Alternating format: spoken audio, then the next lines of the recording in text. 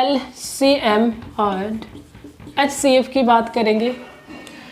इसमें हम सबसे पहले HCF के बारे में बात करेंगे। HCF होता क्या है? हमारा हाईएस्ट कॉमन फैक्टर, जिसको आप बोलते हो हाईएस्ट कॉमन फैक्टर, बड़े से बड़ा गुणनखंड जो होता है, जिसको आप सिंपली जानते हो मासा के नाम से महत्तम समापवर्तक या महत्तम समापवर्तक बोलते हैं।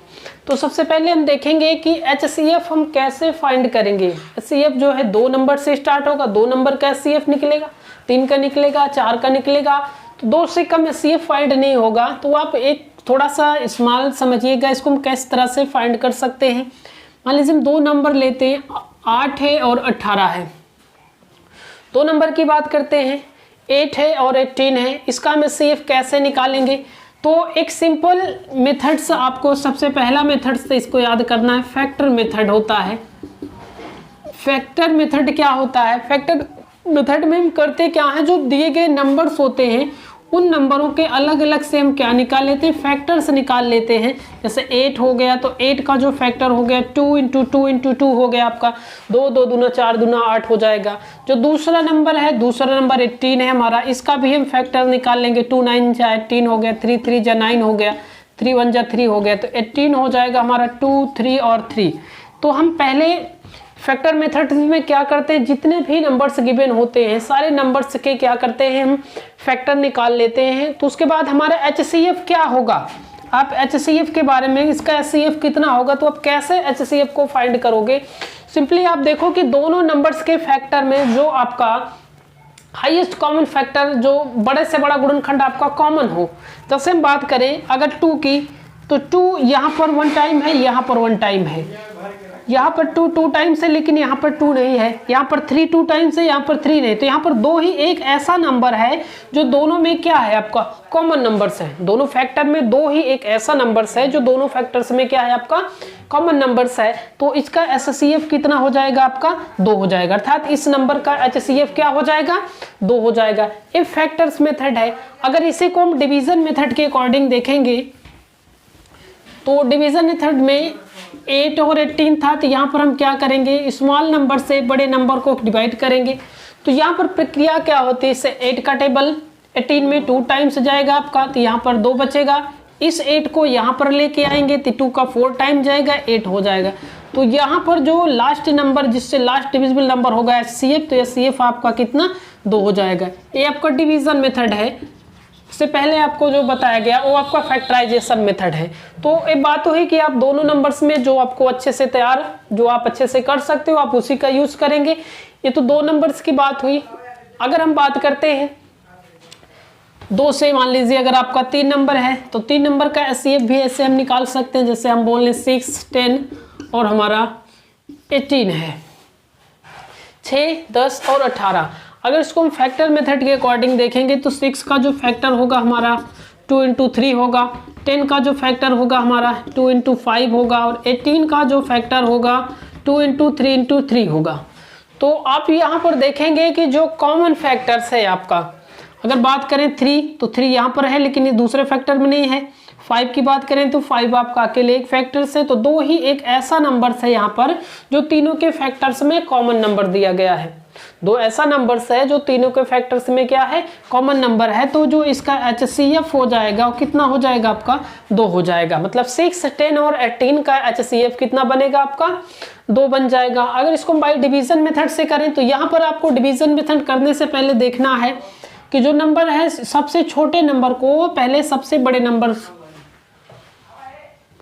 को डिवाइड किया जाता है। तो सबसे छोटा नंबर जैसे 6 है आपका, तो बड़ा नंबर 18 है, तो छोटे से पहले बड़े को डिवाइड करेंगे। जो आपका 20 वाला नंबर होगा उसको आप लास्ट में यूज करेंगे। तो इसमें आप देखेंगे कितना टाइम जाएगा, इसका 3 टाइम्स होगा 18। तो यहाँ पर आप करेंगे क्या, इस 6 को यहाँ पर उतारेंगे, उसके बाद आपका कितना बना 10।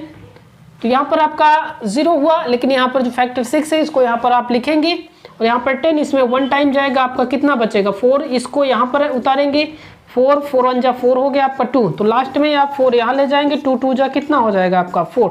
तो जो लास्ट नंबर आपका डिविजिबल नंबर होगा, HCF की बात करेंगे, तो यही नंबर आपका क्या हो जाएगा, HCF हो जाएगा। मतलब इसका मासा कितना बनेगा आपका, इसका मासा 2 हो जाएगा। तो आप 2 नंबर्स हो, 3 नंबर्स हो चाहे जितने भी नंबर्स हो, तो आप चाहे फैक्टर मेथड से उसको यूज कर सकते हैं या आप उसको डिवीजन मेथड से लगा सकते हैं। तो यहाँ से इस पर हम एक आध बेस्ड क्वेश्चन देखते हैं, HCF पर बेस्ड क्वेश्चन देखते हैं।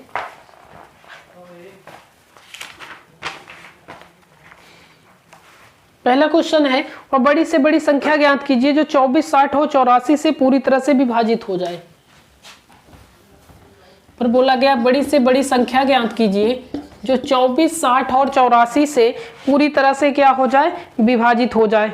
तो यहाँ पर आपको देखना है, आपको फाइंड करना है वह बड़ी से बड़ी संख्या, आपको बड़ी से बड़ी संख्या जो 24, 60 और 84 से पूर्णतः विभाजित हो जाए।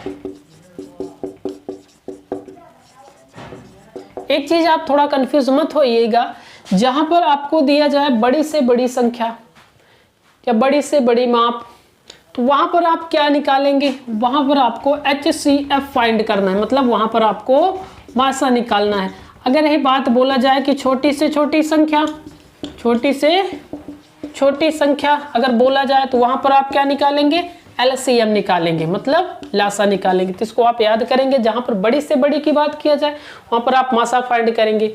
तो यहाँ पर एक क्वेश्चन को हम देखते हैं, बोला गया कि वह बड़ी से बड़ी संख्या जो 24, 60 और 84 से पूर्णतः विभाजित हो जाए, तो वह संख्या कौन सी होगी। तो इसके लिए हमने आपको तरीका बताया। अगर इसको हम बाई डिवीजन मेथड से जाते हैं तो 24 है, बड़ा नंबर हमारा 84 है, तो 3 बार 3 टाइम्स आपका जाएगा। 24 यहाँ आपका कितना हो गया, 72 हो जाएगा, इधर 2 इधर 12 आ जाएगा। यहाँ फिर 24 को हम फिर से यहाँ पर लिख देंगे, 12 दूना कितना बनेगा आपका 24, तो कैंसिल हो गया। तो इस अभी तीसरा नंबर बचा था, तीसरा नंबर कितना है आपका 60 है, तो 12 को यहाँ पर लिख देंगे, 12 पंचे कितना हो जाएगा आपका 60। तो इसका HCF की बात करेंगे, HCF कितना हो गया इसका 12 हो गया। अर्थात वो आप बड़ा से बड़ा नंबर जो है कितना है 12 है। अगर आप 12 से देखेंगे तो 12 से 24 भी पूर्णतः विभाजित है आपका, 12 से 60 भी पूर्णतः विभाजित है और 12 से 84 भी आपका क्या है, पूर्णतः विभाजित है। तो आपको ऐसे नंबर ढूंढने, बड़े से बड़ा नंबर जिससे वह पूरी संख्या पूर्णतः विभाजित हो जाए।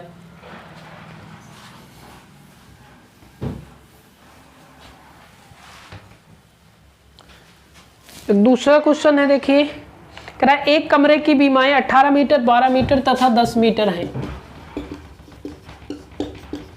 एक कमरे की बीमाएं कह रहा है 12 मीटर, 18 मीटर तथा 10 मीटर हैं। एक कमरा है जिसकी बीमा बोला गया 12 मीटर, 18 मीटर तथा 10 मीटर है।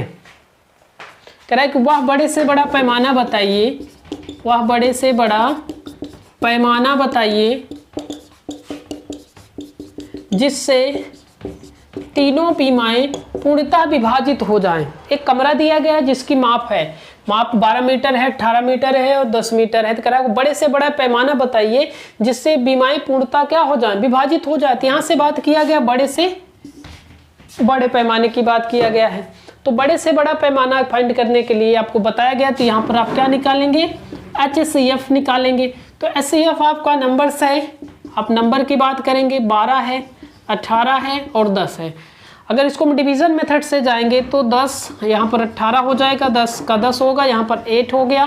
फिर से यहाँ पर 10 को आप लिखेंगे, 8 1 जा 8, यहाँ पर 2, यहाँ पर आप 8 लिखेंगे, 2 4 जा 8, तो ये तो कैंसिल हो जाएगा। अब तीसरा नंबर आपका कौन सा आ गया, तीसरा नंबर आपका 12 बचा। तो 12 को आप इस नंबर से डिवाइड करेंगे, 2 6 जा 12। तो यहाँ पर जो HCF मिलेगा आपको, वो HCF कितना आ गया 2। था तो आप बड़े से बड़ा पैमाना कितना है, 2 मीटर का पैमाना है जिससे सारी बीमाएं पूर्णतः क्या हो जाएंगी, विभाजित हो जाएंगी। बड़े से बड़ा 2 पैमाना है जिससे तीनों बीमाएं पूर्णतः क्या हो जाएंगी, आपकी विभाजित हो जाएंगी। तो आपको यहाँ पर नोट ये करना है कि आप यहाँ पर ध्यान दीजिएगा, जो जो पैमाने आपके बनेंगे, अगर बात किया गया बड़े से बड़े पैमाने की या छोटे से छोटे तो बात आप LCM में चले जाओगे। तो यहाँ पर हम केवल HCF की बात कर रहे हैं। तो वहाँ पर ये पैमाना आपका कितना बनेगा, अर्थात 2 मीटर का वह पैमाना होगा जिससे जो कमरे की बीमाएं हैं 12 मीटर, 10 मीटर और 18 मीटर और पूर्णतः क्या हो जाएंगी, विभाजित हो जाएंगी।